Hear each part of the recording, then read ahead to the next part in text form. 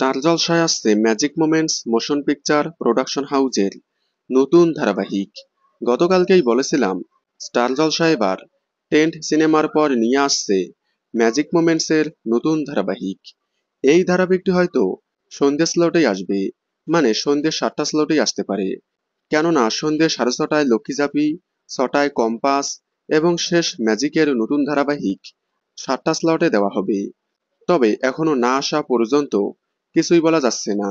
তবে যাই হোক, ম্যাজিক মোমেন্টসের আপকামিং এই নতুন ধারাবাহিকে প্রধান নায়ক নায়িকার ভূমিকায় কাদেরকে দেখা যাবে তা এখনো জানা না গেলেও এই ধারাবাহিকের জন্য লুক টেস্ট হলো জনপ্রিয় অভিনেত্রী রনিতা দাসের, যাকে এর আগে ম্যাজিক মোমেন্টসের ইষ্টিকুটুম ধারাবাহিকে দেখা গিয়েছিল।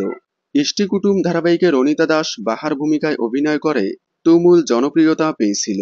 এই জনপ্রিয়তার রেশ এখনো কাটেনি, তাকে এখনো সবাই বাহা নামেই চেনে। টেলিপাড়ার গুঞ্জন ম্যাজিক মোমেন্টসের আপকামিং ধারাবাহিকে তাকেই দেখা যাবে।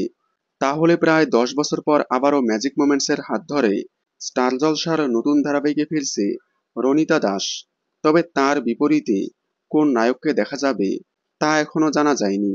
আপনারা স্টার জলসার ম্যাজিক মোমেন্টসের নতুন ধারাবাহিক দেখার জন্য কতটা এক্সাইটেড কমেন্টে জানাবেন।